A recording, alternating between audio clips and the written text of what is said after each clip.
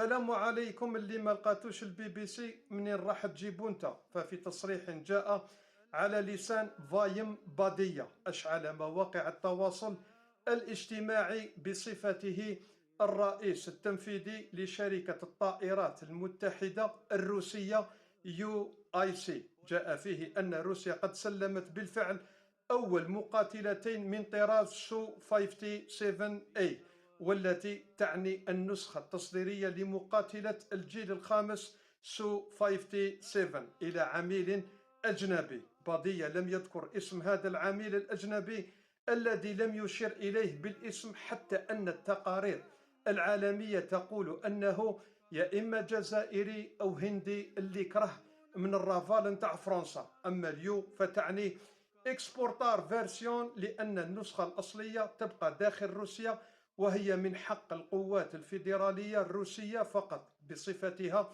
البلد المصدر للسو 57. وهي رسالة لصاحبنا الذي أكد الخبر الذي لم تستطيع حتى البي بي سي البريطانية العريقة تأكيده بعد، وهو قد سبقها في التأكيد من خلال الباجة اللي راه فتحها في الفيسبوك. سلام.